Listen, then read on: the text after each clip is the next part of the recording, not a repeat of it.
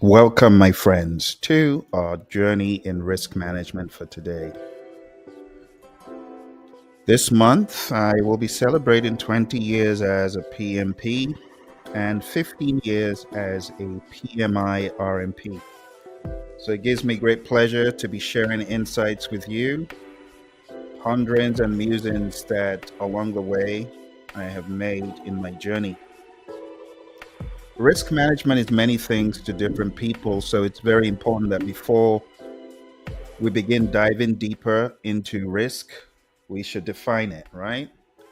So I like thinking of risk as uncertainty that can impact you, can impact your life, that can impact your project positively or negatively. Irony is a lot of people don't see risk as being positive. Whenever I introduce people to that concept in my classes, they are quite surprised that a risk could be positive. But I want you to begin thinking of risks that are negative, which we call threats, and risks that are positive, which we call opportunities. So it's important that as business people, we manage both the negative and the positive, not just the negative. A lot of firms, they love to manage the negative. They spend 99.9% of their time. The best of them, maybe 90. Very few firms have I ever gotten an invitation to speak to them about positive risks. In fact, out of the scores of organizations, there's one that was into special plastics, specialty plastics firm that will remain nameless, because maybe that's the upper hand they have.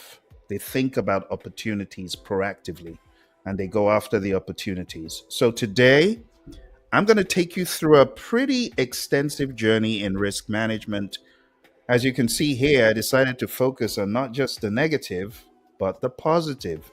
I have escalate the risk, which could also be used for negative, but I also have share, I have accept, I have exploit, I have enhance. So I'm very attuned to both the positive and the negative risks. As a professional, I have found both to be important. You got to balance up that equation.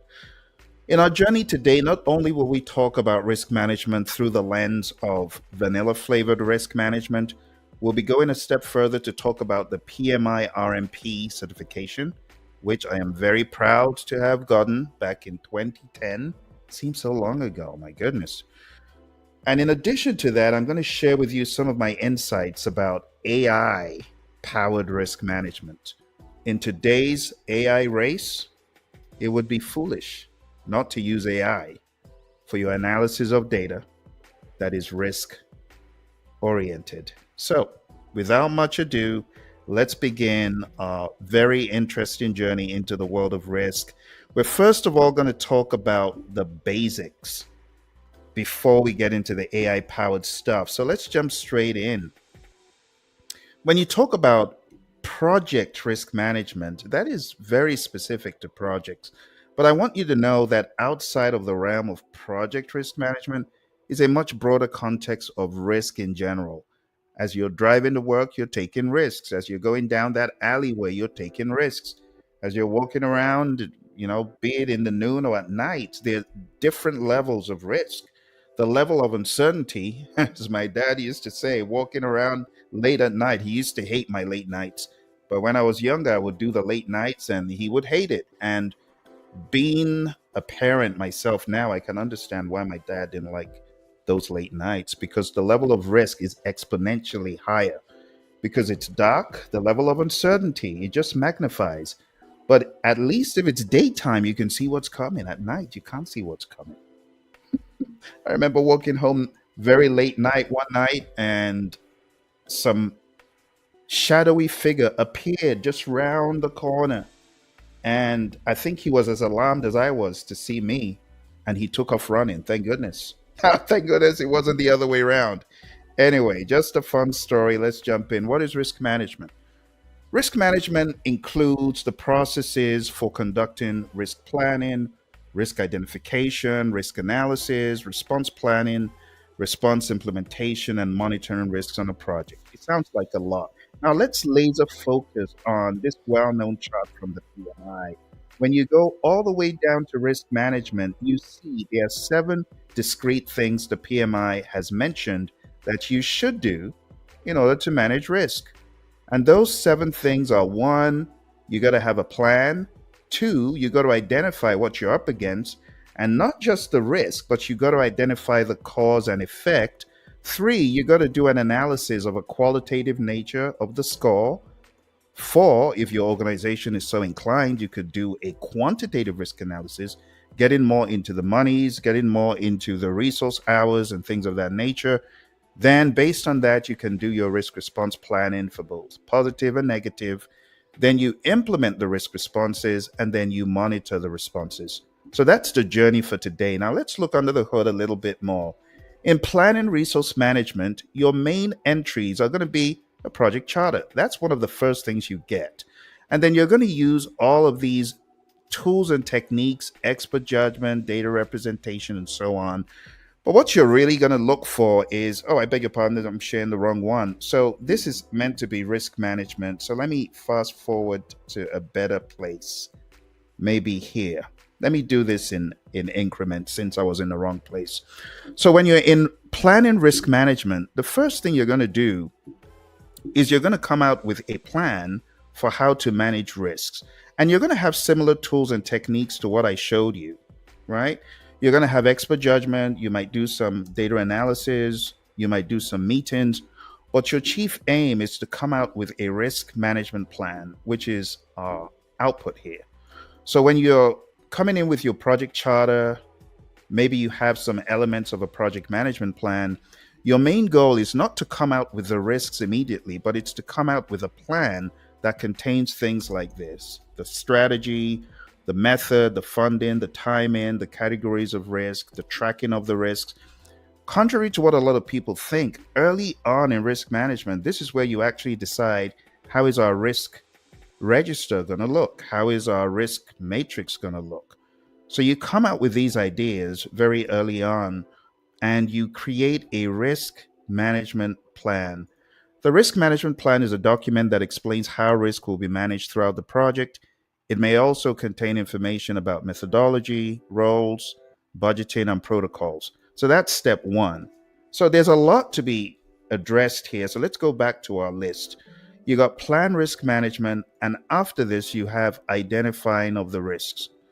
So in identifying risks, you're going to be involved in identifying individual project risk and overall project risk, and documenting their characteristics in what we call a risk register. The risk register varies, from company to company, but the elements of the risk register are pretty identical. You've got the risks identified, you have the cause, the risk, and the effect. That will be a good risk register. Unfortunately, a lot of firms, they just say, oh, what's the risk? If only they dug deeper, they would find out more about the risk if they required a cause and an effect as well. So it's not enough for you just to have the risk described. You want the cause and the effect, and that helps you more in your analysis.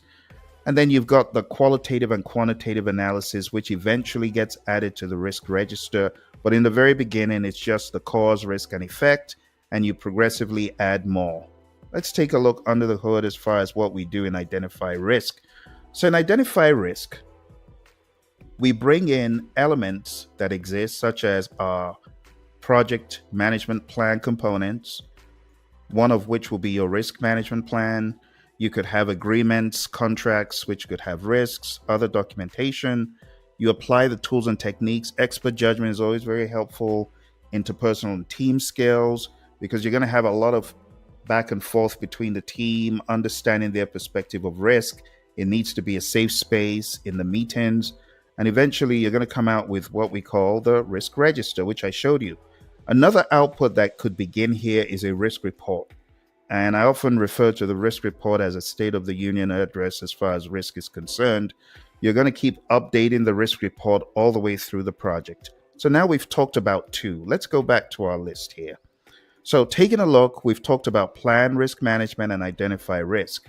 The third thing you're going to do, this is where it begins to get a little bit murky for people. And that's because we begin going into the analysis. The analysis is hard because sometimes people mix up qualitative and quantitative. But what is the difference?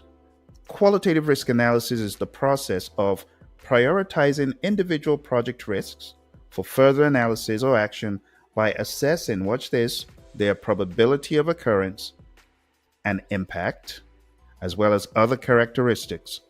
So, what we're going to do here is find a risk score. And the risk score, you could find that by multiplying the probability rating by the impact rating. So, assuming on a scale of 1 to 5, 5 being absolutely certain, 1 being not very likely, and then the impact 5, loss of life, catastrophic, 1, not so bad, an impact.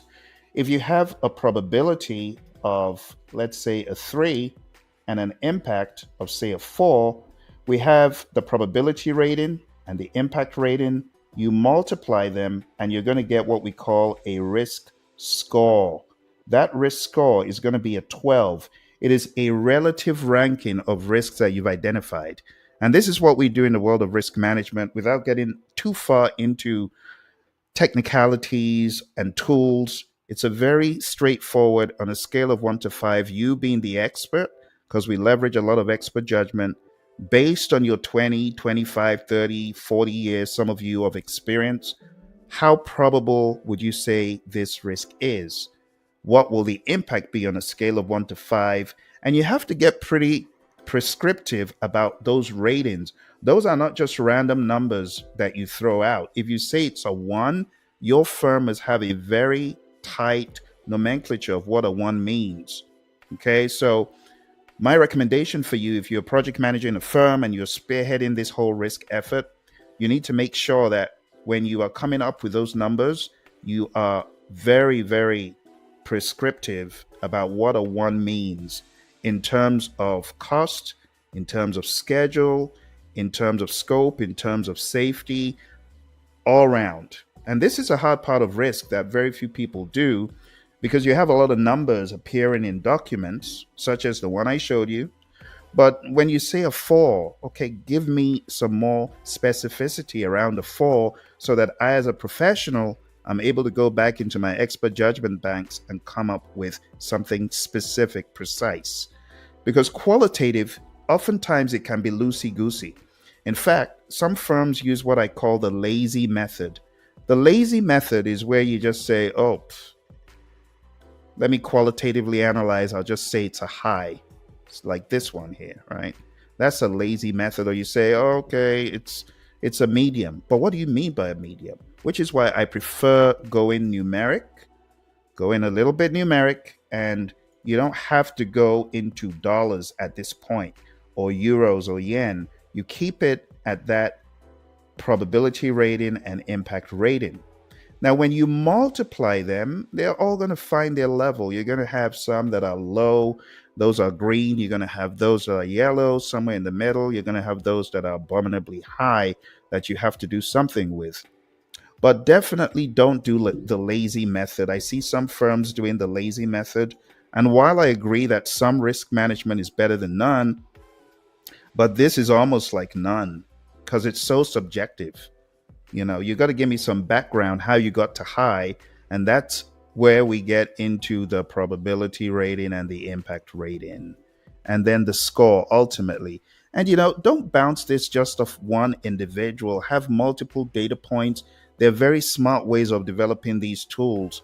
In today's age of artificial intelligence, you could very rapidly in an IT business unit create tools to help your people. Don't just get one data point, get multiple data points from bright people, average them out, do at least 3 if possible, and it won't be so subjective to one person saying it's a 5 or 4. No, let's have multiple points. Because what I've noticed when you get the smart people in the room, even those with 30, 20, 40 years of experience, they all have different perspectives to why we're saying it's high. Are we talking about high impact from a cost perspective or schedule perspective? You see, so that's why you have to intelligently score these risks. It's not enough to just say, well, I think it's going to be a very high cost. Okay, but what about the schedule? What about the scope? You have to factor all that in. And those discussions need to be had. I often say that the risk register is a conversation piece. It's not a solution in and of itself. You can have the best risk register, but if there are no discussions, right, individuals and interactions happening around it, you're just wasting your time. Have the bright people go toe to toe talking about these risks, going against each other in a good way, right? Constructive criticism of each other's ideas, and you're going to come out with a really nice risk register that the project manager can run with. All right. So when we talk about qualitative, don't just say on a scale of 1 to 5, what is it? Let them know what you mean by a 1, a 2, a 3, a 4, 5. The output is going to be an update, right? You're going to get an update to the risk register. And that just means you've gone through the risks, you've done a really thorough qualitative risk analysis, you've been intentional, and whether you're doing this for positive risks or negative risks, you got a very robust idea of how to tackle things. Now, many organizations don't do the next step, which is quantitative, and I don't blame them. People get nervous around money. But what exactly is quantitative risk analysis? It's the process of numerically analyzing the combined effect of identified individual project risks and other sources of uncertainty. Okay. Other sources of uncertainty on overall project objectives. Some organizations, they find themselves running away from this, and I honestly don't blame them, because when you introduce money without being thorough, you just make people nervous for nothing. So if you're not doing it the right way, using Monte Carlo analysis and using tools that are tested and tried, my advice is be careful what you do at home, because you might end up getting people really nervous. So the key benefit when this is done the right way is that it quantifies overall project risk exposure. It can also provide additional quantitative risk information to support risk response planning. And it's not required. In fact, the PMI says it's optional, right? You don't have to do quantitative, because it could muddy the waters and it could waste your time. Imagine doing quantitative risk analysis for a $100,000 project. I think that's not really a good use of time. If you're talking about several millions, I would definitely recommend it. But if you're just dealing with a few hundreds of thousands, I would say you could actually manage that very nicely using qualitative. But you have to be very robust in bringing people around the table. It can't just be one person in isolation to get the best results. So the availability of high quality data about the individual project risk and other sources of uncertainty are important, and sound underlying baselines for scope, schedule, and costs. Now, some people say, Phil, how many times have you seen this in firms you've worked in? And the honest truth is, I've only seen one firm that I worked for do a quantitative risk analysis using a Monte Carlo, which is simulating the project several thousands, millions of times. And that was for a weapon systems project. For other projects, I see people getting by with very vanilla flavored qualitative, but very good discussions among the senior executives in the firm. And you got to understand, risk management is not just by having a risk register, it's also in the actions that you build in. So you got to build in intelligent actions as a team, meeting on the regular to discuss emerging trends, things that are happening. Current state of tariffs is really hitting a lot of projects, the political landscape in the Middle East and things like that. It's not enough to just have a risk register that's static. It needs to evolve on the regular. So when we talk about quantitative risk analysis, there's certain tools that we expect you to use. The representations of uncertainty, so that you can effectively plot whatever you're doing in those graphs when you're using the Monte Carlo. You got to understand the distribution types that are relevant to the project. Is it beta? Is it triangular? Is it uniform? All of these are things that should be mentioned if you're doing it the right way. Now, speaking of doing it the right way, the major output you're going to get is, again, an update to your risk register.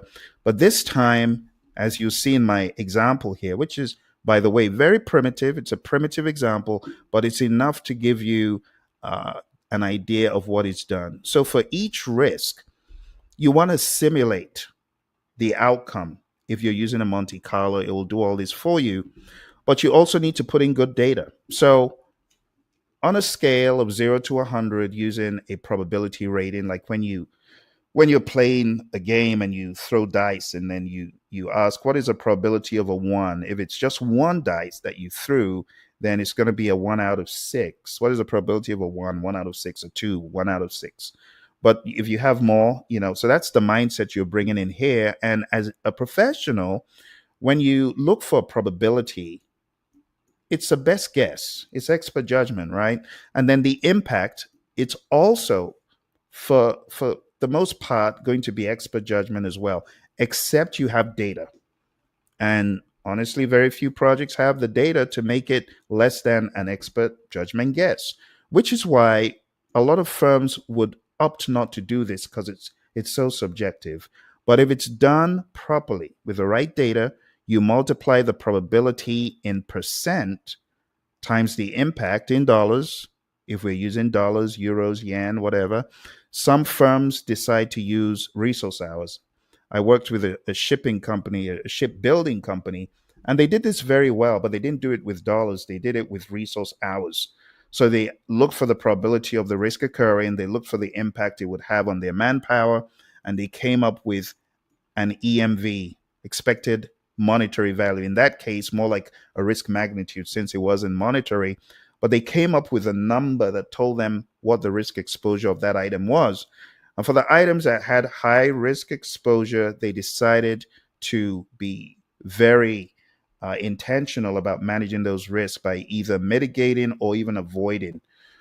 So before getting into planning of risk responses, you want to know those risks that are extremely high because those are the ones that you're going to go after. When I say high, I'm talking about the expected monetary value, the EMV. Now, not throwing shade on any company that does this. I know some firms do it without really knowing the full impact of what they're doing. But I worked with a logistics firm that did this, and they were quite happy at the results because they had experts that were very knowledgeable and intentional, very collaborative. So when they say the probability of that happening, that's a 90. They're not just throwing numbers out. They're really serious in the analysis, and it's based on historical information and expert judgment. So they did this, and they actually managed their risk register very nicely. So I don't begrudge any firm that uses this, right? I'm not saying don't use it. I'm just saying when you use it, make sure that the people in the room are truly experts who have the historical information to back up whatever they're putting into a quantitative risk analysis. Um, there are other tools that you could use to do this more intentionally. So there's a company that I used to follow very closely back in the day. They're called Palisade, PALISADE.com. Palisade was bought by another company recently. They now go under the name Lumivero. So let me show you their website just in case you are interested in checking them out. So if you go to Lumivero's site, you've got various possibilities. They got different simulations, but they were really known under the Palisade umbrella as a risk analysis company, and they had Monte Carlos, both that could work in Microsoft Project or Excel. Very helpful tools. So you can see they have one called At Risk. They had At Risk for Project once upon a time. Let's see if they still got it. Or At Risk for Excel. Powerful risk analysis for confident decision making. I mean, this requires a lot of deep understanding of project and risk management. So it's really a Monte Carlo simulation. It says at risks, Monte Carlo analysis computes and tracks many different possible future scenarios in your risk model, showing you the probability of each occurring. In this way, at risk shows you virtually all possible outcomes. So if you're a risk geek and you want to knock yourself out with this stuff, as I did, especially as I began growing in the world of risk management, you might want to go check that out. Very good company. They actually have webinars for those of you who are looking for PDUs. You could very well get some PDUs by watching their webinars. They had some free webinars on there once upon a time. So you might want to go in there, take a look at what they've got. All right. For those of you just come in, we are talking about risk management, and I am celebrating 15 years of being an RMP and 20 years of being a PMP. So I'm bringing some of these masterclasses to you to sensitize you to things that have helped me along the way in my career. So, just to give you an idea of the roadmap, those of you who know this familiar face, we've covered plan risk management all the way down to quantitative. We're going to talk about the rest, and then we're also going to go into the risk management professional certification. We're going to go over the outline. I'm going to break it down for you. And then we're also going into the world of AI powered risk before that. Okay. So we've talked about quantitative risk analysis at a sufficient level to give you an idea of what is going on there. Those are the tools, techniques, inputs, and outputs. This is from PMBOK 6, by the way. And going into the next thing is planning risk responses. So, how do you plan risk responses? Well, you got to first have the data, the cause, the risk, and the effect, because this is the process of developing options, selecting strategies, and agreeing on actions to address overall project risk exposure. And the key benefit is that you're going to identify ways to address not only the individual project risk, but the overall project risk, the things that could tank the entire project. You see, the mistake a lot of project managers make, they're only focusing on the individual project risks, but we need you to also focus on the overall project risk. And as a result of you doing this, you're going to allocate resources, you're going to effectively and appropriately respond to the risks. You're going to come up with ideas working with a team. This isn't the PM working in the basement. It's not a solo effort. This is everyone involved. So you're going to have the inputs, project documents, project management plan.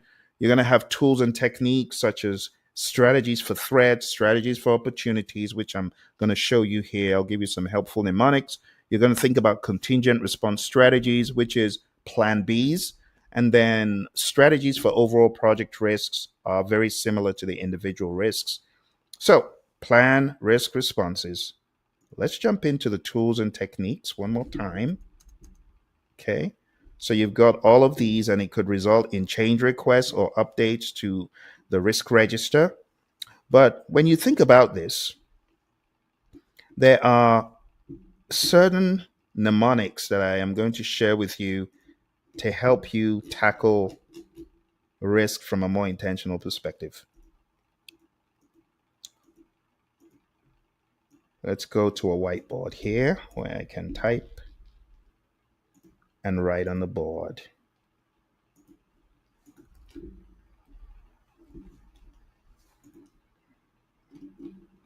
Okay, here we go. So, we're talking about planning risk responses. And when you're planning risk responses, you got to plan for the negative and you got to plan for the positive. So, we have, let's break it into two. We have negative and we have positive. Okay. For the negative risk, the mnemonic that I use for this is A team. A team. And what does A team stand for? It just stands for avoid, transfer,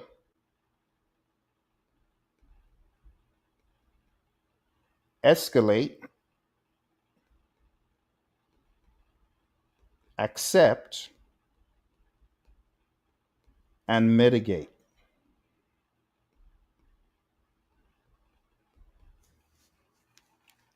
Those are your strategies for negative risks or threats. So let's break them down one by one. Excuse my abominable handwriting there. I don't have my stylus. That is all just using my index finger. Okay. So when you talk about avoid means you are 100% taking action that will prevent that risk from having an effect on your project or materializing. It's bringing the probability or the impact to a zero. So think about it, probability times impact, right? That's how we analyze the risk. If the probability is zero, you don't care about the impact. If the impact is zero, you don't care about the probability, right? As long as you can truly get it to zero, right? As long as you can truly nullify the risk. A good example of avoid would be cutting off part of the project and not doing it because it's too risky. There goes the risk, never to happen again. See? Now, going over to the next one, transfer is when you purchase performance bonds. Like when you're taking on work, why do you want the person to be bonded and licensed? Because if anything goes wrong, you don't want it to be a total loss. So, transferring a risk is purchasing insurance, performance bonds, and things like that. Escalating a risk is escalating it to a higher power. So, if there's a risk that something could happen, as opposed to you handling it yourself, you escalate it to a higher power because it's beyond your authority or it's outside of your project's jurisdiction. Accepting a risk has two phases to it, it has two prongs. You can either do a passive accept or an active accept. Passive accept is doing absolutely nothing and saying, well, I guess if it happens, it happens. There's nothing I'm going to do about it. You would accept risks that have very low consequences, low probabilities, low impacts. And we normally throw these into what we call a watch list. You put those risks into a watch list, you watch them, and if they get worse, then you can no longer just accept them. You got to do something about them. And then we also have an active accept. Active accept means you're putting aside some form of contingency to deal with the risk if it happens. So you're saying, let's put aside $500 to deal with this. If it happens, at least we got some money. Or let's put aside additional resources if it happens. You see, it's not proactive. You're still accepting. You're not doing anything proactive. So there's a difference between passive accept and active accept. Active accept is putting money aside, but you're not taking action in advance of the risk occurring. The risk has got to occur, and then the contingency is going to be used. Okay? Now, mitigate as a strategy is a reduction in the probability and or the impact. So when you mitigate a risk, it's not removing it. You see, a lot of people, they use the word mitigate for everything. And mitigate is just one of the five. See? ATEAM. Five things. Mitigate is just one. And it's important as a professional, you be specific. Don't just call everything mitigate. Mitigate is a reduction of probability or impact. How is that different from avoid? Well, avoid is killing that thing that it ain't going to happen. And if it did happen, it's a toothless bulldog. It's like rendering its power useless. So even if the risk happened, the impact is a zero. So that's avoid. Mitigate is different. Mitigate doesn't take it to a zero. Mitigate could still have what we call residual risk. And residual risk has to be addressed in many instances. That residual risk could even become worse than the original risk. So, as a risk professional, when you call something mitigate, understand the ramifications of it. Moving over to the positive side of risk, if I was going to use this as a mirror image, right, using what is on the left as a mirror image, we would say that the opposite of avoid is exploit. Why is that? Because exploiting a risk is one of the most savage responses that you could ever conjure. It's going after that risk vehemently. And I'm talking about positive risk, but you're going after that risk with an intention to obliterate any possibility of that risk not happening. In other words, you are 100% certain that that positive upside risk will happen. And I love the exploit strategy because I've used it a few times. And when you see an opportunity that is so ripe and rife and promising, why wouldn't you exploit it? You should. Transfer, the opposite of transfer is share. And sharing a risk means you're sharing the risk with a third party. That third party is involved in the management of the risk. You're pretty much setting up maybe a special purpose company, or you're doing some sort of partnership, and you're going to share from the risk. Maybe it's a 70-30, a 60-40, even a 90-10. Doesn't make any difference. It's still share. Then we have escalate. The opposite of escalate here is the same. It's escalate as well. Escalating a risk just means, whoa, this is a huge opportunity. There's no way we can pull this off at the project level. This has to be a company thing. It's like when you are working on, let's say, some R&D project, and you're partnering with a company, and they reveal to you, well, this is just one piece. We have 10 other products. Huh. You got to get management involvement, right? That's escalate. Accept, the mirror image of accept on the positive side is also accept. And you also have passive or active. Like, a passive response would be, well, if they give us that additional work, that's fine. We're not going to run after it. That's very passive. Active accept is saying, well, let's have some resources aside. So if that work comes to us, at least we got people we can throw on it. But it's still not like going after it. It's not like exploiting. It's just saying, well, if it happens, it happens. Let's put some money aside. Let's put some resources aside. Last but not least, the opposite of mitigate is enhance.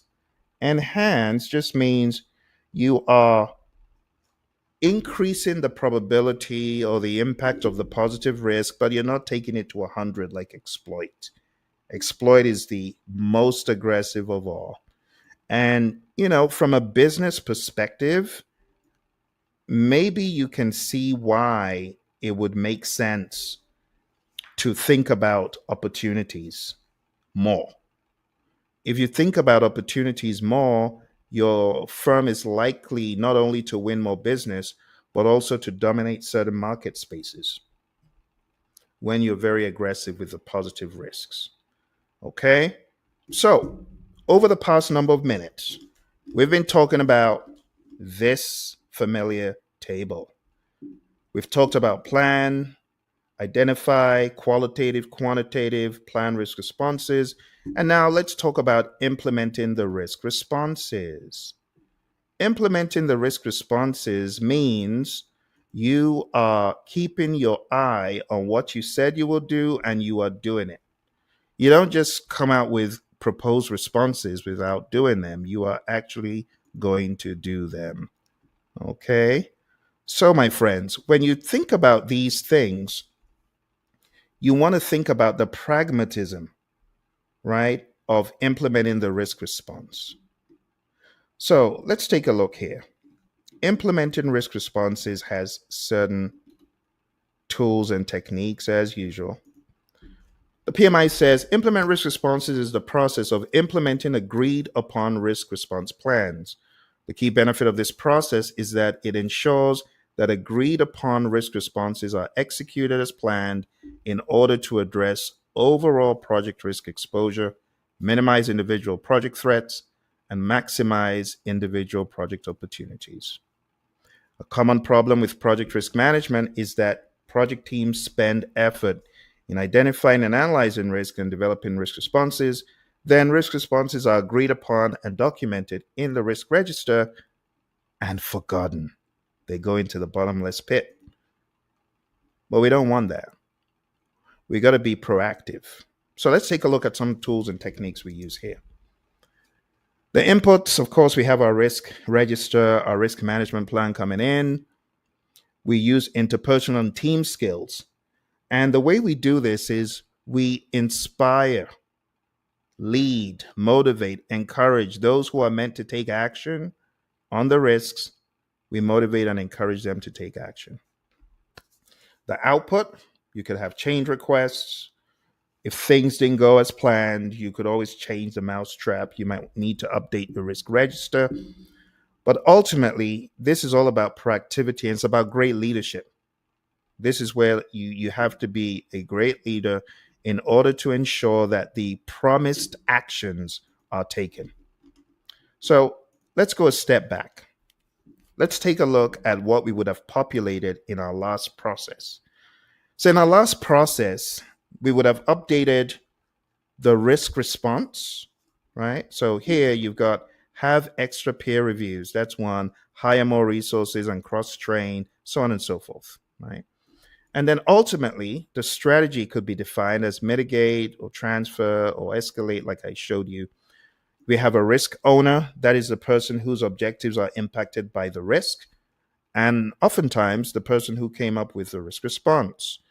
But we also have the risk action owner or the risk response owner who does the legwork to make it happen. So Bob is a risk owner, Julian is the boots on the ground making that happen. And this one, Mary, is a risk owner, and May is a risk response owner. Now, in some instances, you actually have both people being a singular entity, project manager. In fact, in a lot of firms, people lament to me that, Phil, I am everything on this risk register. I'm the risk owner, I'm the risk action owner, I'm the project manager. And that's okay, But if you have team members that can jump in to help, why do it all alone? See, the problem in a lot of predictive risk management outfits is one person is a centralized leader and trying to do everything as opposed to delegating. So just bear in mind, delegating is the name of the game over here. Okay? So those are our inputs, tools, techniques, and outputs. That is process number 6. Now we're moving into the final one. It's monitor risks. So what is monitor risks all about? Monitor risk is the process of monitoring the implementation of agreed upon risk response plans, tracking identified risks, identifying and analyzing new risks. And the benefit is that it enables project decisions to be based on current information about overall project risk exposure and individual project risk. A good project manager is one who is constantly examining, looking at their risk register and ensuring that things are status quo. And if they're not, making an attempt to change whatever needs to be changed. So moving on here, taking a look at our inputs, tools, and techniques and outputs, we're going to do some data analysis, very important. Analyze data from all angles, do some audits. When we get to the AI component, I'm going to show you a couple of tools to give you ideas of how you can do this. And then the outputs, you're just going to update that risk register. You're going to update the risk management plan as needed.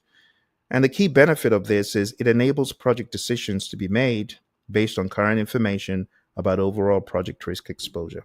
You got to keep your eye on those pesky little risks. Okay. So, my friends, here is a summary, just taking you through, and I mean, this is a very condensed version, but just taking you through how risk management works. You got to plan how to manage the risk. You got to identify the risks. You do a qualitative risk analysis. In some instances, you could do a quantitative risk analysis, and then you can plan your risk responses, implement them, and keep your eye on them. Rinse, repeat. If you need to update any of your plans or registers as a result of this, you would. One of the things people don't remember in risk that is important is risk touches everything. Risk is not just one singular area. In fact, my buddy, the risk doctor, he would often say that the real thing is risk management. Project management is really there to manage the risk, the uncertainty. That's why we have project management, not the other way around. I always found that funny because when you flip it on its head, it looks pretty convincing, right? And it's true that when you think about risk management as being a boss domain, right? You see risk being a container for all the other things you're doing. You're trying to mitigate schedule risk. You're trying to mitigate scope risk. You're trying to mitigate cost risk. You're trying to mitigate procurement risks. Anything unfavorable, you're trying to reduce it. No wonder he looks at risk as being all encompassing. If you have not subscribed to the Risk Doctor video channel on YouTube, I highly advise you check it out. We actually have a course. It's more like a master class, and it's called riskresponder.com. If you are looking to go to that next level, just hearing the awesome Risk Doctor talk about how to effectively manage risk, yeah, this is definitely one that you want to look at. So I know some of you are not looking to get RMP certified, but you are looking to know more about risk. So let me recommend riskresponder.com. It's something that we both put together, Dr. David Hilson and I, to help people better understand risk. Even though a bit of our focus was on the RMP exam, but beyond the RMP exam, this could help any professional who wants to hear thought leadership in risk management. Let me share this with you on the screen. And if you go to riskresponder.com, you'll be able to sign up for this program. It's right there. It's on demand on Vimeo. Yeah. So this is the course.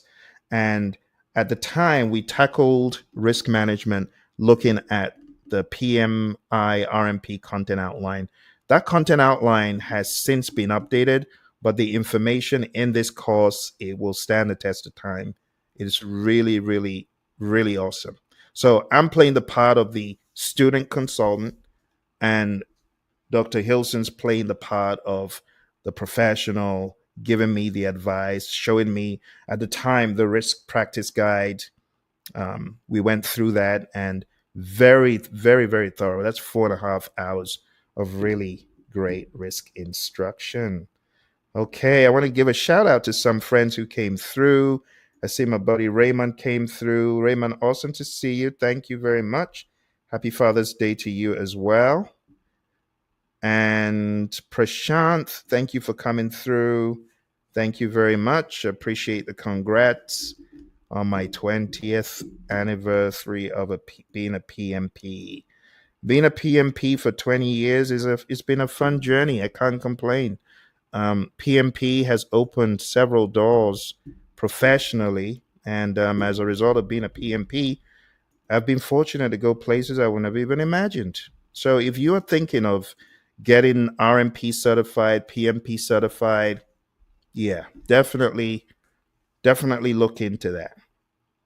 Definitely do. And if you're looking to bring some of my master classes in schedule or risk or project management or agile or AI in the world of project management to your organization, by all means, definitely be in touch, because I can show you the tricks of the trade.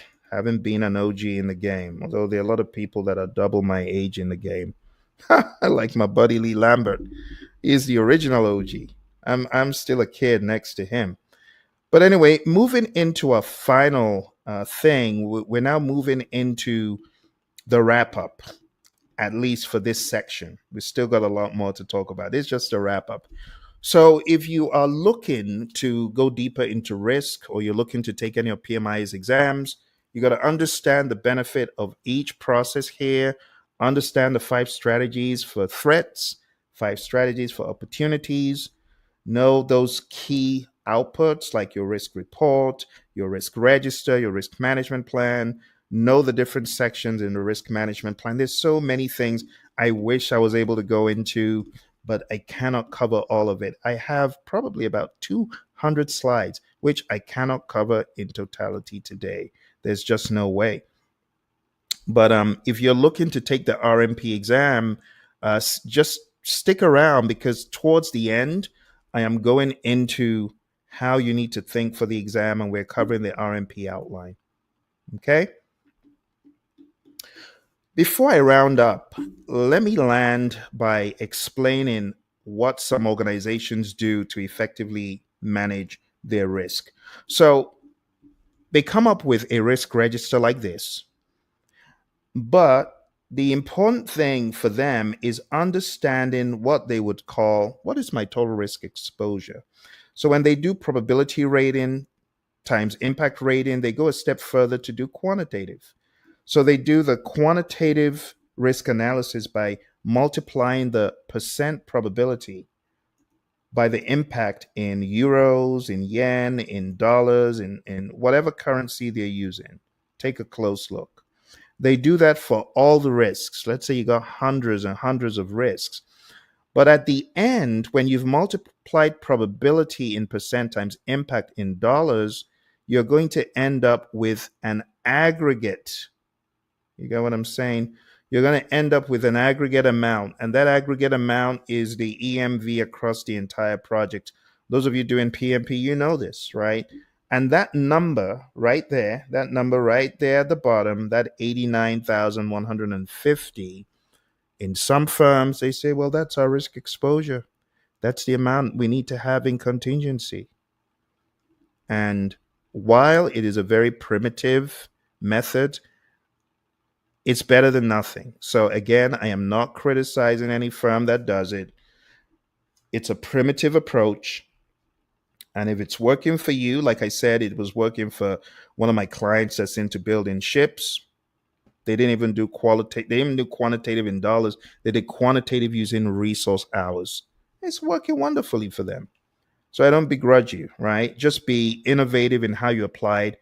Be mindful of it, and it's going to work wonders for you. All right. If you have any questions about risk management, it's always good to hear your questions. Okay, so drop your questions if you got any. But let's move on to our next journey in the world of AI powered risk management, navigating VUCA, volatility, uncertainty, complexity, ambiguity with precision and clarity.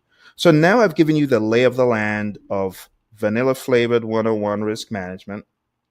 Let's dial it up just a little bit. Okay. And dialing up just a little bit is all about leveraging AI for risk management in real projects. The way to do this, if we're going to talk about every step in risk management, number one, when you are managing risks and you don't have experience to the degree that you need, maybe you got like a little experience, but you're now working on bigger projects, it would be prudent to engage with artificial intelligence to gain some extra ideas on how you can better do this. It doesn't hurt, and nobody needs to know. Because I know some of you, you're trying to act all cute. You don't want people to know you're using AI. There's no shame in that. There's no shame in using artificial intelligence. You don't have to put in your company data into GPT. In fact, PMI's tool, Infinity, I believe it's called. You don't have to put in data. You can just go straight in. And you can use it for insights if you haven't done so already. I'm curious, how many of you have used PMI's Infinity AI tool? It's like the chat GPT of PMI. Have you used it or not? So I think if you wanna work with Infinity, I think if you want your information to be stored, I think you need to at least have a membership. Well, at least have a registration. I believe it's a registration. So I am a member of the PMI. Okay. So I'm able to go into the tool and use it. But if you don't have Infinity, let me show you what Infinity looks like just so that we're on the same page. Because I know some of you are wondering, well, what does it look like? So I'll show you. PMI Infinity looks like this. It looks like a custom version of GPT. Now, PMI has a vast prompt library here for RTMs, daily stand ups, scope management. There are many topics, as you can see here. There's a topic, risk management. So, if I was a baby professional, I would definitely go. And even if you're an advanced professional, right? No harm. It says develop a risk register template that can be used to document and track risk throughout the project lifecycle. Click on that. Okay. So that's the prompt. You didn't even need to type the prompt in. PMI has that as a ready prompt. And there is your risk register, the beginnings of your risk register, right? That's not bad. But going beyond that, I personally have developed bespoke tools for my clients and myself that go beyond just having a GPT. They are a little bit more specific. So I'm going to give you an idea of how I leverage AI to generate similar data, but in less steps. So assuming I wanted to generate a risk register for a project, I would use a tool such as this. This is what I call the project risk generator tool. And this is peculiar to Praizion. But if you went into our tool and you typed in the project blurb, and the project blurb could be managing a $100 million project to build a new lab facility for a top Fortune 500 pharmaceutical out in Asia. Cost and schedule pretty fixed. 3,000 man project. I put in the information and I hit generate risk register. And that's all I need, but it's going to generate for me not just a vanilla flavored register, but it's going to generate for me a risk register which goes into possible risks on this project. And I could get even more specific with details that will help it generate the top risks for me. So if you're not using something like this and you are managing projects as a project manager, or you are a risk manager and you're not using AI to help you immediately generate some of this information, while you may feel prestige in doing it all alone, I don't think that's very wise. I think you could add more value to your company and your project by including artificial intelligence. You're not doing anything wrong. There's no wrongdoing. You don't have to feel guilty.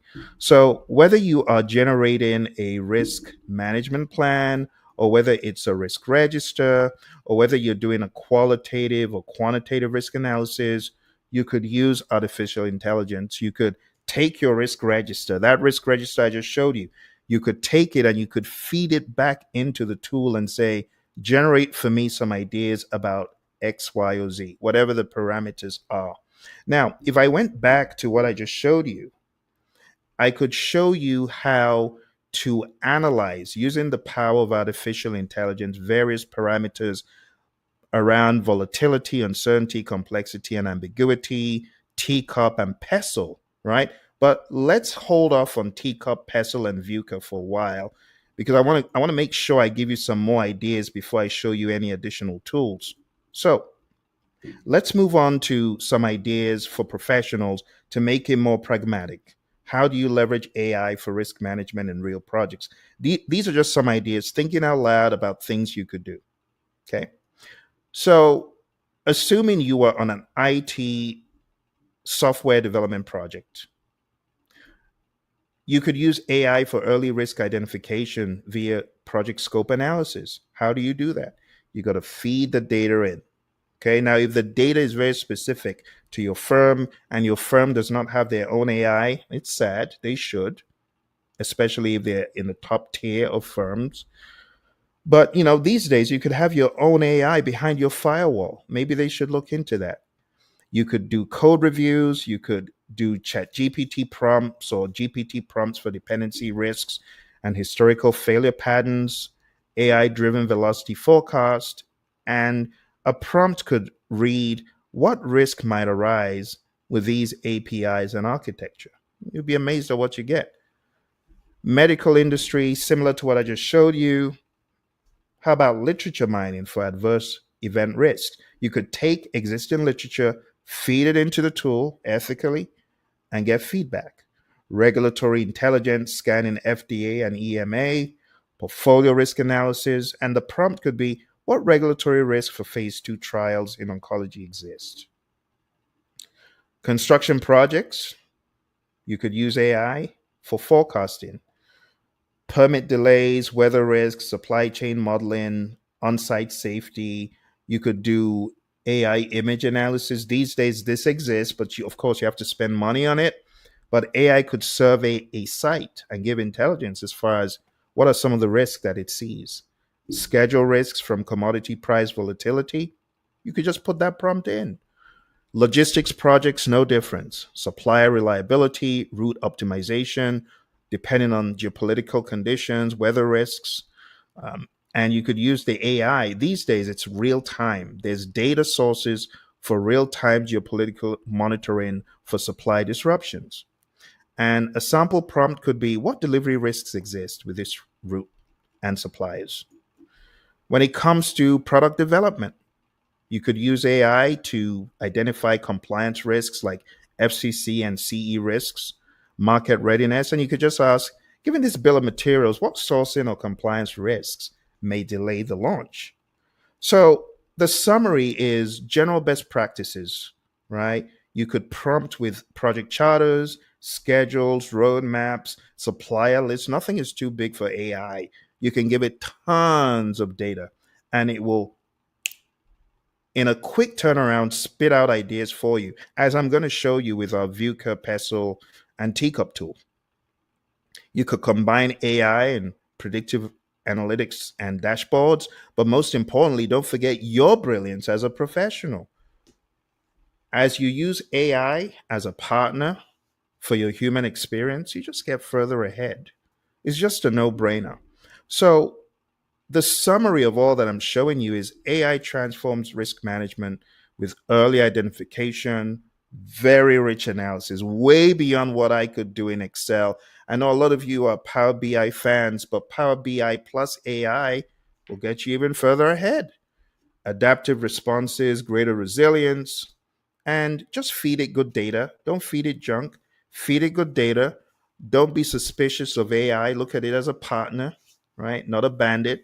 And just pilot AI on your next project. Some of you still shy of AI, like AI is taboo, like it's bad. It's not bad. It's nothing bad in using artificial intelligence. What is bad is using it and denying that you used it, or using it under the table when your firm has said, thou shalt not feed our information into AI. If you're doing it, please don't do that. Stop doing it. What I would advise is coming to some sort of agreement. Okay. Now I want to go back to PMI's tool. And the only reason I'm going back here, I'm not selling it. Okay. I'm not trying to sell you, oh, be a PMI member. No, I'm not selling you any of that stuff, even though there's huge advantages of being a PMI member if you are a PMI or PMI-RMP. But one of the advantages of using this is it is a familiar face. PMI is a reputable firm, right? So using this, in my mind, has less risk, right? Because this is PMI's AI tool. So in my mind, it has less risk, but still follow the same procedures you would if you were speaking to someone over the web. Be careful what you put in. Don't put in trade secrets, trade agreements, contracts and things of that nature, except it's behind your firewall and your firm says it's okay to do. Okay. Now, let me just give you a very quick example. So if I was going to be a PM on, let's say, a project type I'd never managed, I am about to manage a large scale AI transformation for my healthcare company. What should I be thinking about for a risk management plan? Guide me. Give me a template. Give me ideas. And it's going to think for a little bit, and then it's going to spit out some ideas for you. Managing a large scale AI transformation in healthcare setting involves careful planning. And honestly, what I like about this tool is it knows from PMI's pool that it's trained them on and the repository. It gives you a lot of context, more specific context, but it talks about plans and things you should review. It's always a great start. I have a lot of people who are very suspicious of AI. Well, maybe this will give you a little bit of comfort to know you're in a familiar territory. It's even giving you examples of how your register could be formatted, and it's giving you links for you to check out sources. Okay. Another tool that people kind of look like a gift horse in the mouth is Miro. Okay. Now, this is an example of how you could use Miro to amplify your ideas. So if you look here, it says, in a few words, describe the diagram you'd like to create. So I said, risk relationships for new pharma, new medication project for bespoke meds for cancer. And this is what it came up with. It came up with, as you can see here, this is a mind map. And it's letting me know these are the kind of risks I should be thinking about on a project like this. Under risk management, I've got financial, I've got legal, I've got operational risk, I've got clinical risks, I've got stakeholder engagement risk, post-market surveillance, and many other things, right? Research and development, regulatory, FDA, manufacturing, quality control. It just makes you amplified thinking with minimal effort. Minimal effort. And it's all clicking that magic button. Now, if I said, transform this into an engineering project for a 85 story structure in ME. I feed it, and all it needs is a few seconds to generate a mind map of potential risks, right? Cost overruns, under financial, legal risks, operational risks. I see a lot of people building very simple documents, and simple documents are good because they waste a lot of time. But beyond the simple documents, maybe using Miro to create a mind map is going to help amplify your team's thinking way beyond what they would have ever done. But you, as a human, you couldn't possibly come up with a mind map like this in 10 seconds, 20 seconds. But this tool, Miro, can. You see, and what I'm trying to show you is don't just look for chipmunk people. The chipmunk people are just doing the templates. The chipmunk mnemonic, I saw six Cubans, or I saw six chipmunks quietly roasting coffee, reading poetry stories. The other mnemonic is, I saw six Cubans quietly rolling cigars, really puffing smoke. But I call it the chipmunk mnemonic because it goes through all of the integration, scope, schedule, cost, quality, resources. And what a lot of PMs are doing, they're just doing the chipmunk stuff. They're just doing, oh, I got to create a project charter. But there's more than a project charter. Project charters are good. They're very important. I agree. But beyond the project charter, you need to start using AI. You need to use big boy, big girl AI to do more than just the chipmunk stuff. You got to use it to amplify thought. You got to use it to challenge thinking. You got to use it to analyze data. You got to use it to create things that are huge, hugely important. Okay. So it's not just about documents. Like when you go into PMI's tool, uh, don't just use it, PMI Infinity, don't just use it to create documents, use it to amplify thinking. Okay.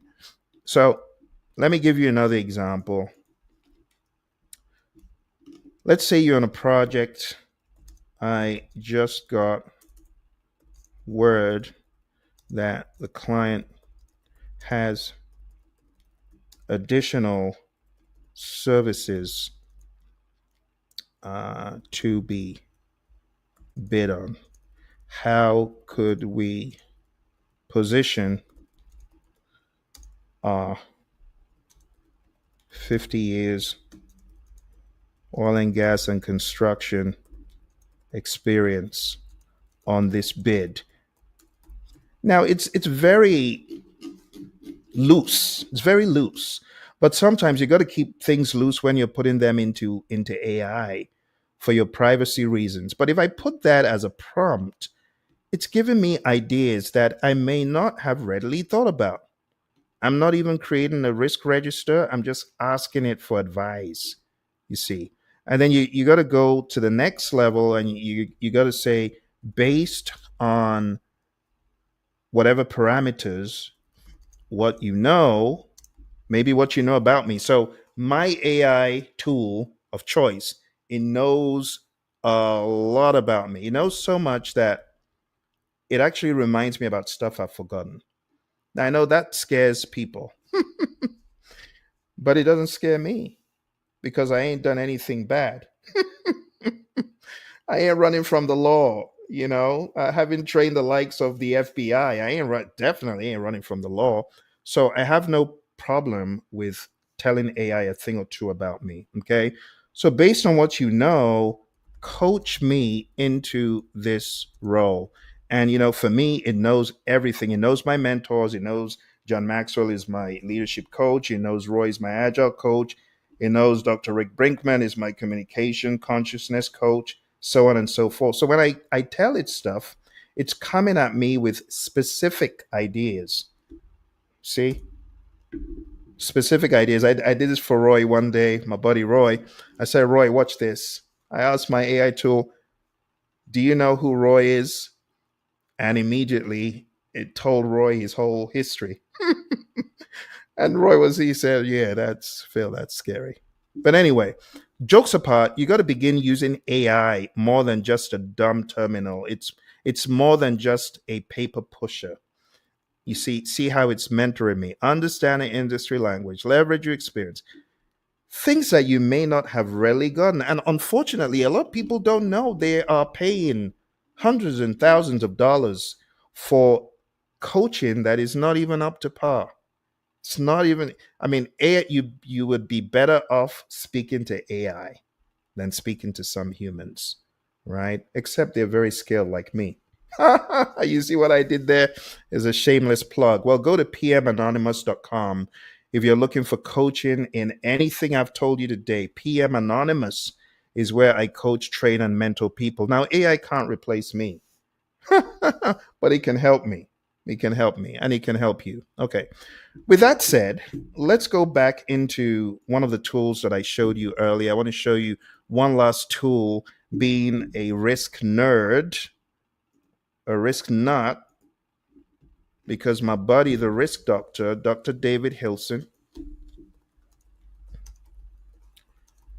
I'm going to show you this thing right here. Let's go to the Risk Doctor YouTube channel. I want you to subscribe. He didn't pay me to tell you this. But I want you to go to my buddy, the Risk Doctor channel, because I know that you're going to get so much value. You're going to get so much value out of this. All right, Prashanth, I see a question there. I'll definitely be taking that for you. So go to the Risk Doctor video channel. So speaking about your question, which is a brilliant question about how do you get PDUs?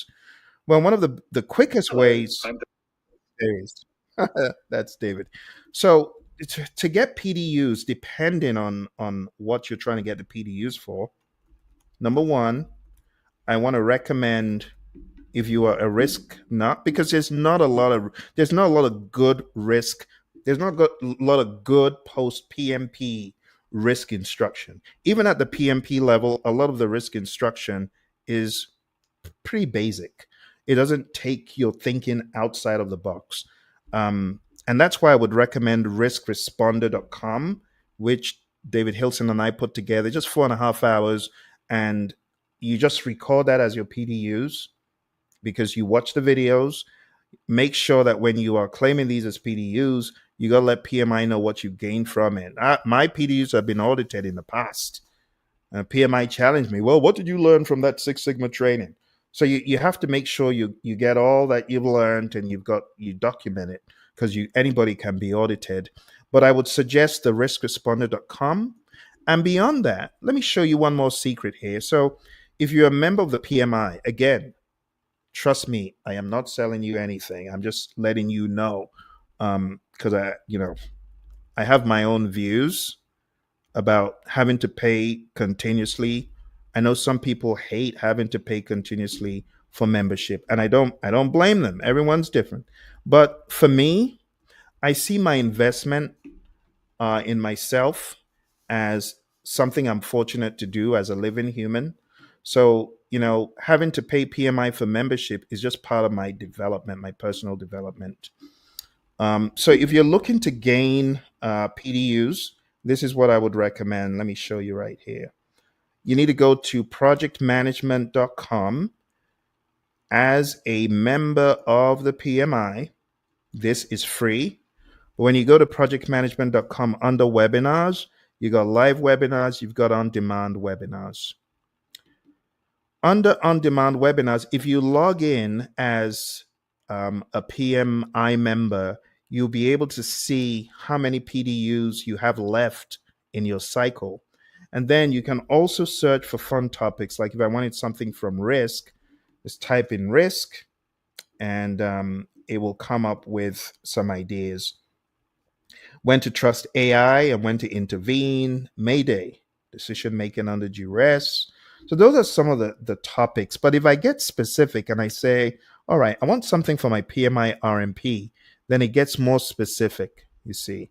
So I quite like what PMI has done. Under industry, if I wanted something from Aero, being someone who worked in Aero, I could click that. And then I have risk management basics. Now, some of these, you got to watch them because I don't mean watch them. I mean be careful because they're quite old. So this is 2011. So some of the information there might have changed relative to PMI's current standards. But there you have it. And if you try to go into the video, it says premium content. So you have to be a member. Okay. But I think this is a very good feature PMI introduced for members. And then you have other things that you can look at. But really, for the PDUs, as you asked, Prashant, let's put your question out there so people know what your question was. Um, not PDUs. Oh, I see. 30 contact hours. I see. So you're not asking about PDUs to maintain your RMP. Well, the best thing I would recommend is ask your company to invite your buddy Phil. If your company has enough people that want to get certified, I'll be happy to do that to, train, coach, mentor them. But at the moment, I do not have a full blown 30-hour risk management course. I know there are other alternatives, but I would not recommend any except me. Because I truly believe what Dr. David Hilson and I have developed is good. It's 4.5 hours, but if you invited me to your firm, that could be easily blown out into the right amount of hours of 30. As you can see, I've been speaking here casually, and we ain't even gone into, the silos of planning, identifying. The sad thing is there are not a whole lot of RMPs in the world, so it doesn't justify me spending so much time in training 30 hours of risk to just one or two people. I need a class of individuals to make him worth my while. So for anyone listening, if they got, people who want to go down this path, or maybe you as an individual, go to pmanonymous.com, check out what I have there. If your firm is willing to sponsor you, I can mentor you one on one. I can teach you one on one for your RMP exam. I would love to do that, but the conditions have to be right. Um, to give a shout out to a really good book. Let's see, is that book in my library still? So there's a book that was written long ago, and honestly, risk has changed a little bit. But I want to give a shout out to Rita Mulcahy, rest her soul, because she came up with a very good risk management book. And that risk management book was in my library as I prepared for the RMP exam. And she had some very good questions. I don't know if that's still in my library, but it was a pretty significant book on risk. It's a very, very good book. But unfortunately, PMI have changed the game. Not only do you have project risk, you have portfolio risk, you have program risk, and you also have agile oriented thinking for risk. So that book may not be encompassing, but it's definitely a very good book to liberate your thinking by the late Rita Mulcahy. Okay, so with that said, thank you, Prashant. I appreciate it. Awesome, awesome. If there are any other questions, please let me know. I'm trying to look for questions in the chat. And that was your initial question. Thank you very much. I'm also looking on Instagram. I see a few of our friends, Anosh, Deccan, Akilumadi, Talisha, Amen, and Sahu. Thank you for coming through there, and all of you who may have come through on LinkedIn or other platforms. We're just about closing the AI portion before I go into the RMP portion. So let me go into one more topic here. Let's go into the concept of VUCA, TECOP, the regular suspects. I'm going to show you a tool that will kind of liberate your thinking a little bit. And let me share my screen. So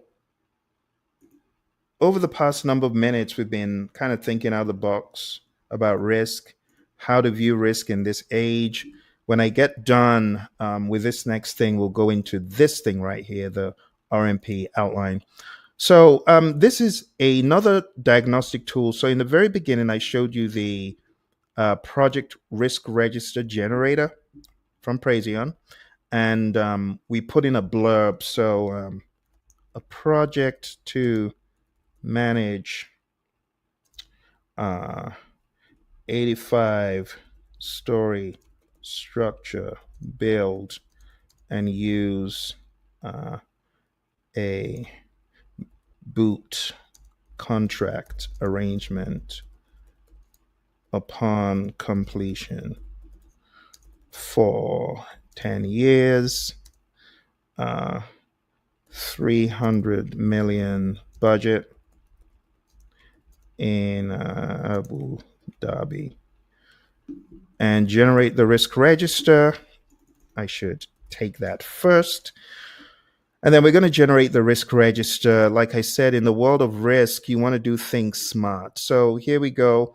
We got various risks: soil instability and ground conditions, accidents or incidents, disputes. So this is the beginning. We can go nuclear, we can go crazier in this thing. But this is one tool that helps you immediately generate a risk register, spits everything out in the blink of an eye. The second tool that I would use for this, I would get that same description and put it in here. And if I wanted to get a pestle analysis um, as far as what this project could present, all I'm going to do is click Get Pestle Insights. And when we talk about pestle, we're thinking about political, economic, social, technological risks, legal risks, and environmental. So here it breaks down based on what I put in.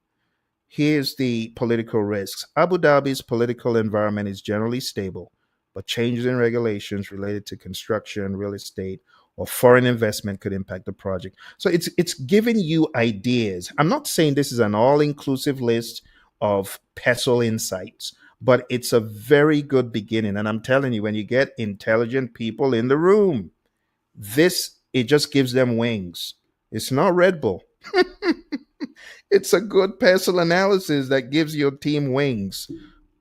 But pestle is just one way.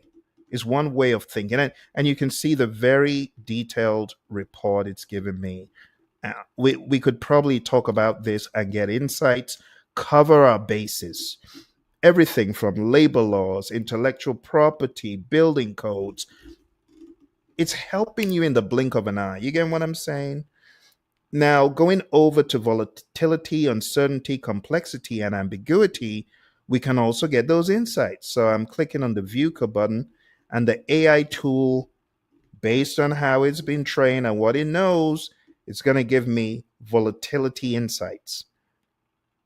Rapid and unpredictable changes in the external environment are likely. Key areas of concern, and it gives you details. I won't go into all the details, right? But that's a VUCA look. And for those of you that haven't read the PMI's PMBOK Guide 6th edition, it has these three frameworks for risk prompts. So PESTLE, VUCA, and TECOP are three ways you can get further insights. Let's click on the TECOP insights. And here at the bottom, if you scroll down, you see AI is doing its thing, and it's giving you the TECOP: technical, environmental, commercial, operational, and political risks. This is in the blink of an eye. So, for those of you project managers that are not using artificial intelligence like this, I want to encourage you to do so. Right? And if your IT department is available to build things for you, why won't it?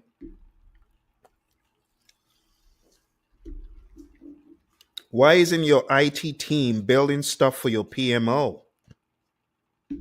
If you need someone to consult with your IT team and PMO, this guy will help you. Okay?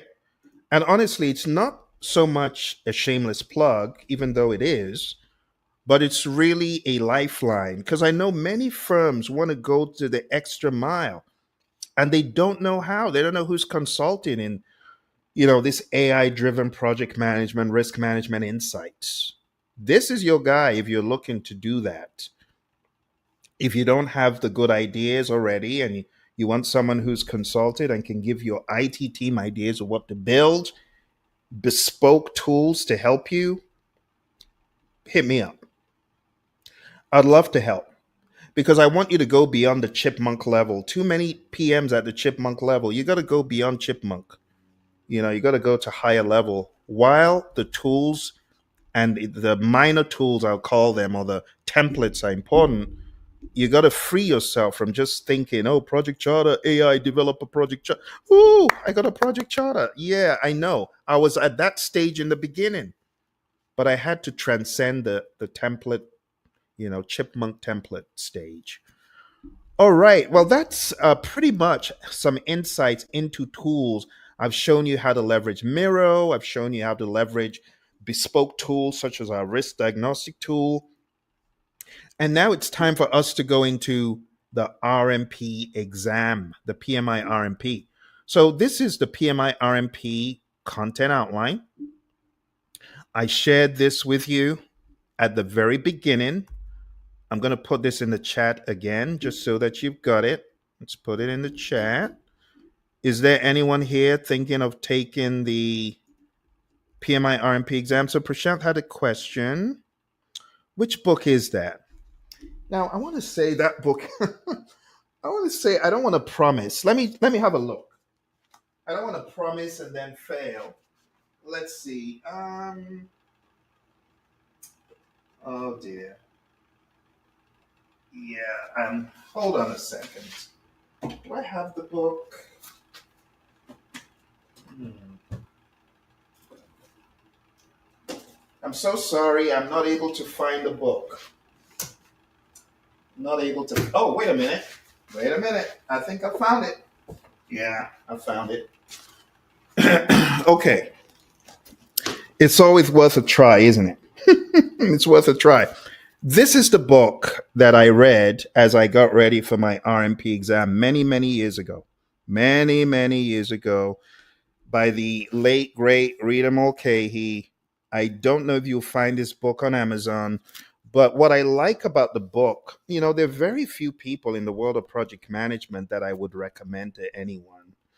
But I recommend anything I know she did because a lot of the stuff that's coming out now, she's not with us anymore. So she's not like all over that, even though it may contain her insights.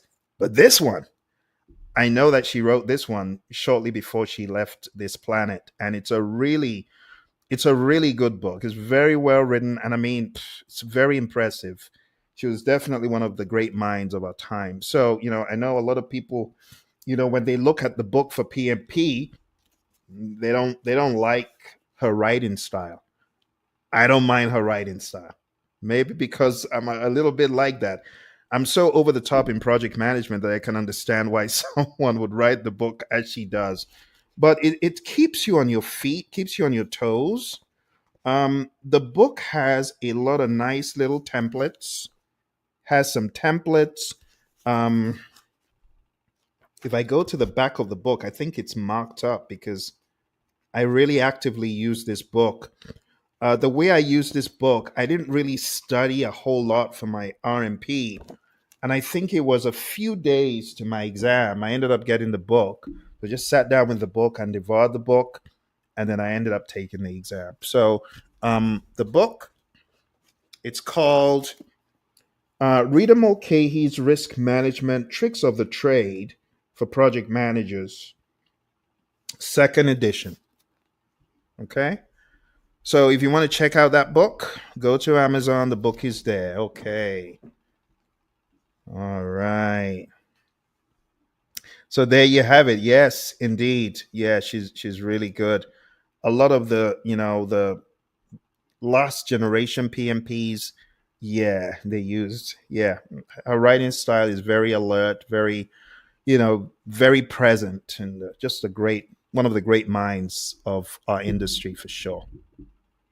All right. So even though, the funny thing about people's perspective is it just amuses me. Someone left a comment on Amazon and said, well, Rita wasn't even an RMP. How can she write a book about risk management exam? I'm like, wow, well, that's ignorant.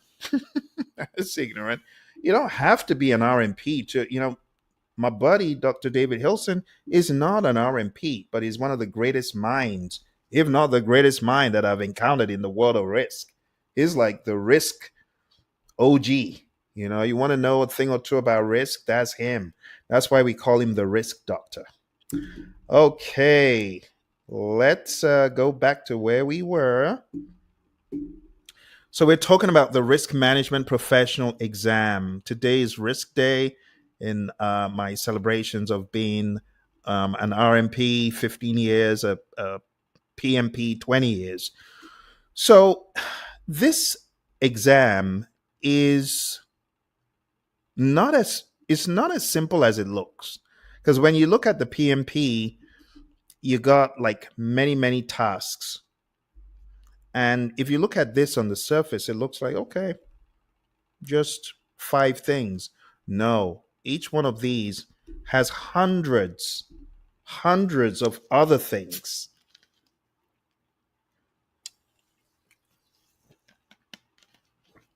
You see, hundreds of other things. Um, just to clarify the question that we got from Prashant, because I know some of you must have been wondering, what does he mean by PDUs? So it's not really PDUs, Prashant. It's really more like contact hours. So you're really asking, how do you get the contact hours? That's really what it is for the PMP, or the RMP, I beg your pardon. Because PDUs is, I'm certified, I need professional development units to maintain. Contact hours is, I want to take an exam. How do I qualify for that? So let's see what PMI has here. So these are the requirements. So let's expand this because there's a lot to go into. If you have a high school diploma and you don't have a degree, you need to have 36 months spent in the specialized area of risk management within the last 5 years. And on top of that, you need to have 40 contact hours of formal education. Okay? You need to have 40 hours in the area of risk management training. If you do have a 4-year degree, okay, or a bachelor's, then you should have spent 24 months in the specialized area of risk management within the last 5 years. And we're talking about 5 consecutive years. We're not saying, well, I did some risk management in the 90s for a year. That's not going to qualify. It has to be within the past 5 years. You also need 30 contact hours of formal education in risk. And that is what our friend Prashant was asking about, this stuff right here. And it's hard to come by good and great risk management training because a lot of times people just do it because you're trying to make a buck. But someone like the risk doctor and I, when we get into it, we get into it because we love it. We get into it because we have a passion. So it's been 8 years since we did that program on riskresponder.com. But we're very passionate about what we talk about in those videos. If you're thinking about taking the risk management professional exam, I would recommend using the riskresponder.com videos as part of your prep so that you are elevating your understanding of risk to a master level as opposed to it just being, well, I'm a project manager managing risk. There's a difference between you being a specialist. So this exam is for people who are risk specialists. In other words, you really went into the belly of the beast of risk management during those 5 years that you're referring to. Okay, and then we also have those who went to a GAC accredited college. You need 12 months in the specialized area of risk management. You need 30 hours of formal education. Okay. Now, the rest of this outline in typical PMI style is going into the exam details. So you have 100 questions that are scored, 15 questions that are pre-test questions, and a total of 115. The exam, the allocated exam time is 2.5 hours. Um, for those who don't pass, it's three strikes and you're out. So you can take it three times. If you don't pass it on third try, that person has to do it again after waiting a year. Okay. But with that said, let's cover each of these areas: risk strategy and planning, risk identification, risk analysis, and risk response, and then monitoring and controlling. Okay.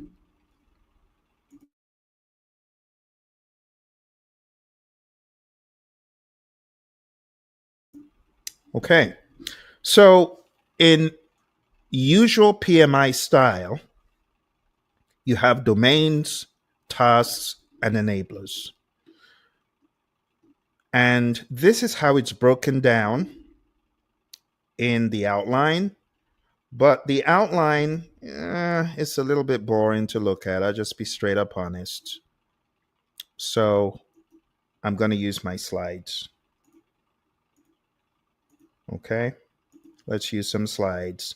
Let's put a little bit of color on the screen. That's the artsy side of me kicking in. I don't want to just look at black and white sheets of paper. Even though that is important, definitely read it for yourself. Okay. All right. I'm not sure if I was very polite to introduce myself, but that's me after speaking to you for about an hour. How about an introduction? So I got certified in '05, but after I got certified, I realized that I needed to get certified in other areas that I had specialized in. Schedule management is probably going to be sometime later this week or early next week. And then today's risk day because I get wildly excited about risk. And after I got certified, I've been instrumental in helping a lot of companies and agencies, as you see on the screen. So my PMI-RMP certification came after my PMP. Going into domain one, risk strategy and planning, what exactly is this about? Well, think about it. If you're strategizing and planning, you got to have some benchmarks and lessons learned, right? That needs to be step one. You don't just go into, well, I guess we're just going to plan from nothing. No, don't do that. Use a low hanging fruit. You got to assign responsibility for preliminary analysis to someone. Usually could be a risk manager, it could be a project manager. You establish relevant risk process documents.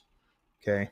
Now, as you approach the RMP exam, I want you to understand, in the words of my buddy, the risk doctor, he often says RMP is PMP plus, which means this is not for PMP level. This is PMP plus a higher level because you're thinking more strategically. So this is strategic think as well. Task two is you got to assess the project environment for threats and opportunities. Let's zoom in here real quick. You got to determine the needed approaches. Sometimes it could be agile, and you know the way we manage risk in the world of agile is totally different. Could be similar to a waterfall, right? Or it could be hybrid. You got to analyze the environment at a high level, understand the PESTLE, political, economic, social, technological, legal, and so on. Evaluate the organizational and cultural risk appetite. Some organizations have a very poor risk appetite, very, very poor. And what I mean by that is they have a very low tolerance and appetite for risk. They are not going to bound after the opportunity because they're scared. Oh dear. And some organizations are the opposite. They're like lions. They go after every opportunity that makes sense. They take big risks, but they're calculated. So you got to know the environment you're in.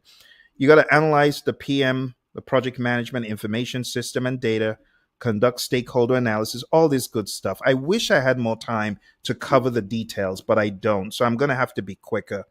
Number three, confirm risk thresholds based on risk appetite. So you got to understand, in every organization, there are thresholds for risk. In one of the firms I was at, our threshold for SPI and CPI was like a 0.95. If it goes beyond that, there's problems. And other firms, they make their risk thresholds known. So if you identifying risks and you're scoring risks, there could be thresholds, right? After which that risk has to be avoided. Things such as that. Task 4, establish a strategy. You got to determine how you're going to go about doing things with tools and templates and metrics. Task 5, you got to have a risk management plan. This is the bread and butter of the risk manager. Why wouldn't you have one? Newsflash, a lot of PMs don't have a risk management plan. They don't. And they're managing millions of dollars a project. Even hundreds of thousands is bad enough. Even tens of thousands, my friends. So in this one, in the RMP outline, you are supposed to have a risk management plan. You look at the RACI and the RAMs, you define the roles, you compile all that good information, you have an RBS, a risk breakdown structure, which could exist from the past, and you're going to define communication and prioritization criteria. You're going to establish stakeholder empowerment and education strategies, and you're going to be intentional about it. And then plan and lead. That word lead is laden with a lot of insights because you're going to influence. Leadership is influence. So you're going to influence risk management activities with stakeholders. You're going to collaborate with them at every level. You're going to leverage stakeholder analysis. You're going to manage risk attitudes. So the risk attitude of an individual is how they see the risk. Risk attitudes are diverse in organizations. Some people have a very negative attitude towards risk, and some have a very positive attitude towards risk. And I'm talking about it's a negative risk, but there's a massive opportunity behind it. Some stakeholders are running away all the time from risk. And then you got to understand that and build that in.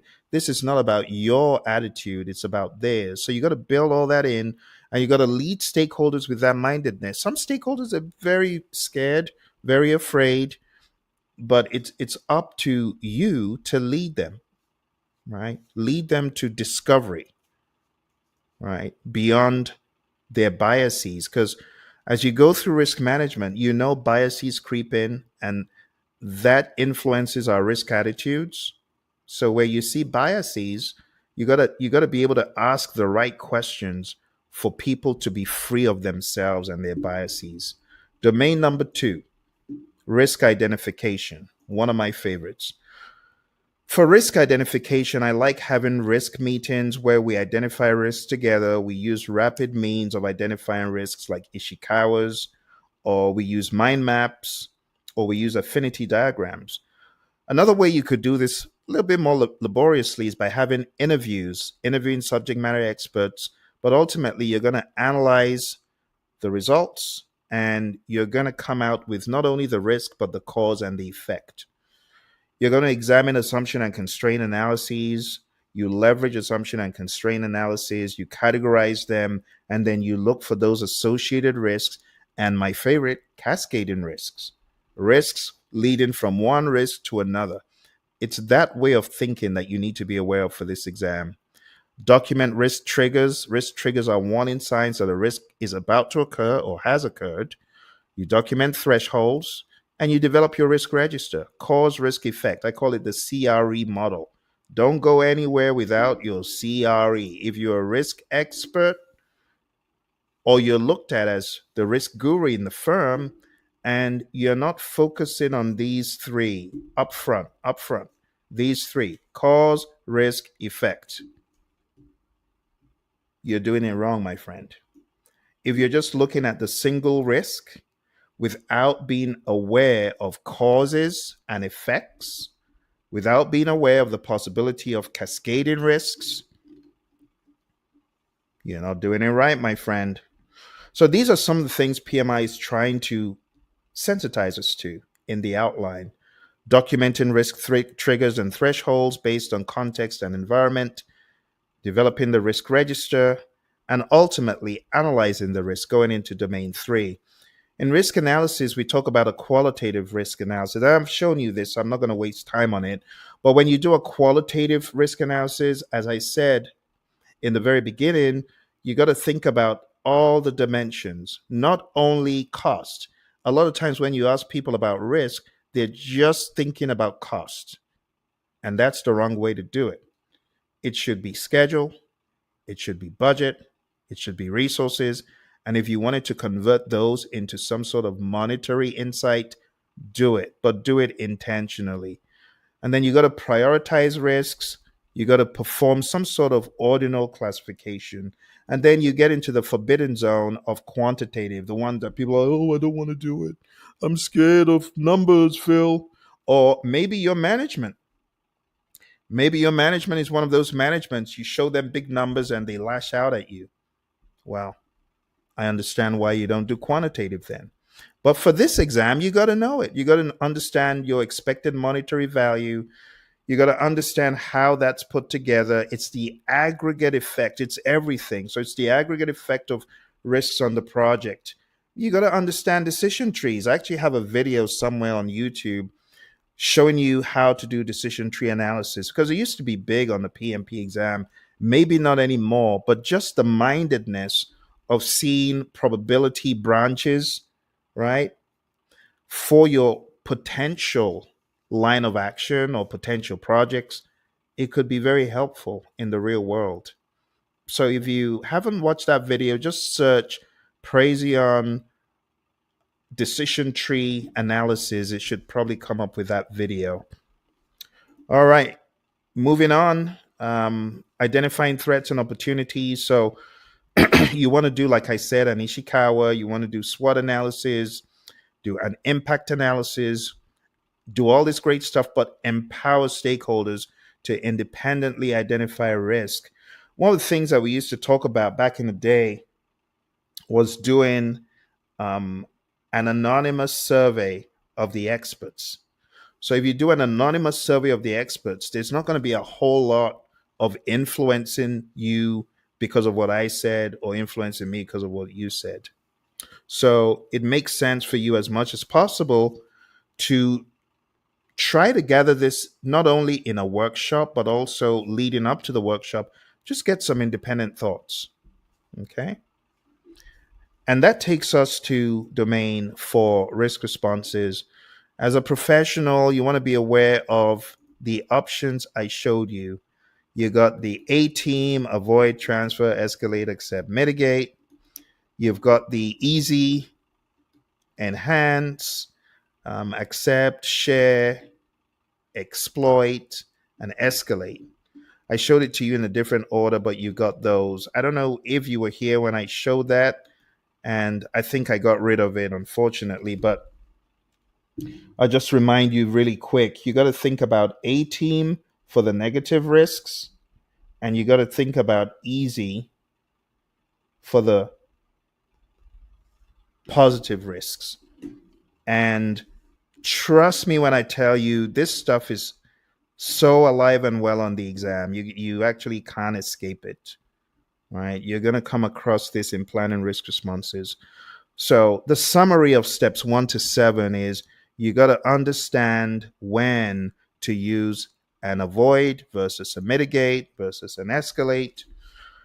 Task 2 here is implement risk responses. And this is where you are now doing what you said you were going to do. You're executing, you're collecting feedback, you're evaluating, and you're improvising actions as needed. And we call those workarounds. Domain 5, this is monitor and close risks. Don't be alarmed, those of you PMPs or PMP students. Phil, I didn't know that was a process. It's monitor risk, but in the outline, it's called monitor and close risk because you got to close risks out of your risk register. So, task 1, as you're doing your monitoring, is you're reconciling performance and data reports. You're monitoring overall project risk exposure. Task 2, you're monitoring the pesky little residual risks and secondary risks. So the residual risk is a risk that remains as a result of you taking action. It helped, but there's a little bit left, or maybe there's a lot left. A secondary risk is a risk that emerges as a result of your risk actions. So you are mopping the floor, right? And there's a risk of someone falling. And you say, well, to take care of the risk of someone falling, let's put a sign that says wet floor. And when you put in a wet floor sign, you've now created a secondary risk of someone falling over, and that's how risk is in general. You could take action, but you've opened a wormhole of something worse. Not in every situation, but in some. So you got to be aware of those. Task 3, provide information to update relevant project documents. Aggregate, summarize risk data, update the risk information, the register, the lessons learned, the risk report, and push out those updates. Monitor project risk levels. It's something you should always be doing. You should always be thinking about all manner of risk: people risks, equipment risks, compliance risks, technological risks, commercial risks. Basically, think TECOP, VUCA, and PESTLE all day long. And when you're done, my friends, remember that before you exam, you got to have some questions like this. This is an easy one, by the way. During a hybrid project, the team identifies a risk that a key component may not meet quality standards, potentially delaying delivery. The team proposes to work with an experienced external consultant to ensure the quality standards are met. Which risk response strategy is being applied? And you know what everyone chooses for this? Everyone chooses the wrong answer. Because the answer is not A. This is not transfer. When you really boil it down, what are you doing? You are trying to ensure that the quality standards are met, but it's not a given. It's not a given. So the answer to this would not be transfer, as many inexperienced RMP students would choose. It's actually mitigate, because you're bringing in an external consultant to reduce the likelihood or the impact of the risk. So it wouldn't be transfer. Okay, bringing in someone doesn't necessarily mean it's transfer. Let's do a couple more. This one.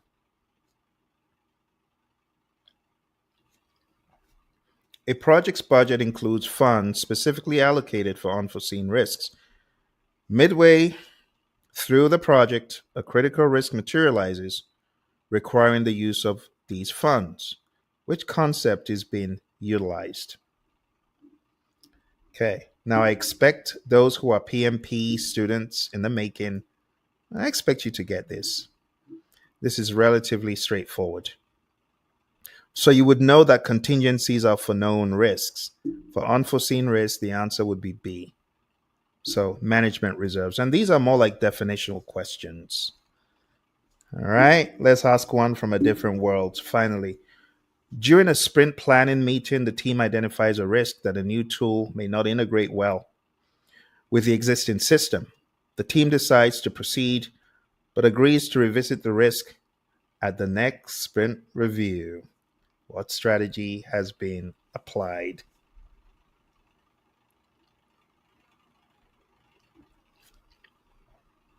You can hit the pause button if you need a challenge and you want to find out, can I really rationalize this? So, my friends, the best answer for this one,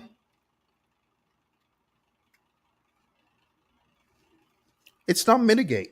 It's not mitigate. The best answer is accept. But why is it accept? Well, accepting the risk means acknowledging it but taking no immediate action. Saying, all right, let's go ahead. We'll take a look at it next time. You've done nothing. You've done zero, which is why the answer is accept. All right, my awesome professionals. Thank you for those of you who came through and asked the questions. It was lovely to see some familiar faces. Some of you haven't seen a very long time, but thank you very much. This is, again, celebrating 20 years as a PMP, 15 years as an RMP. It's been a long time.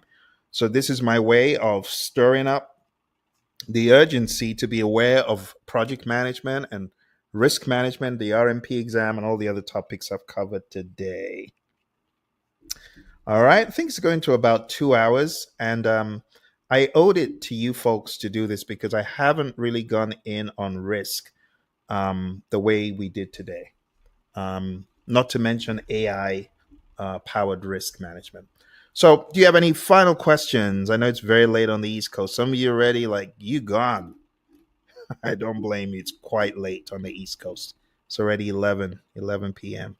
But thank you very much for coming through. I appreciate you watching. Smash that like button if you haven't already, and share this with your colleagues, with other RMPs. Show them, hey, you ever watched anything about AI risk management? It might interest them. And just remember, even though I'm not awarding PDUs saying, well, I got a certificate, I don't, but you can claim this. You know, you can claim this as part of your PDUs. Document what you watched, how long you watched it for, what you learned, and this could be part of your PDUs. Why wouldn't you claim it? All right, it's self directed learning, and you've learned a lot about risk today. All right, thank you very much. I wish you all the very best and appreciate you joining. You take care, and I wish you success.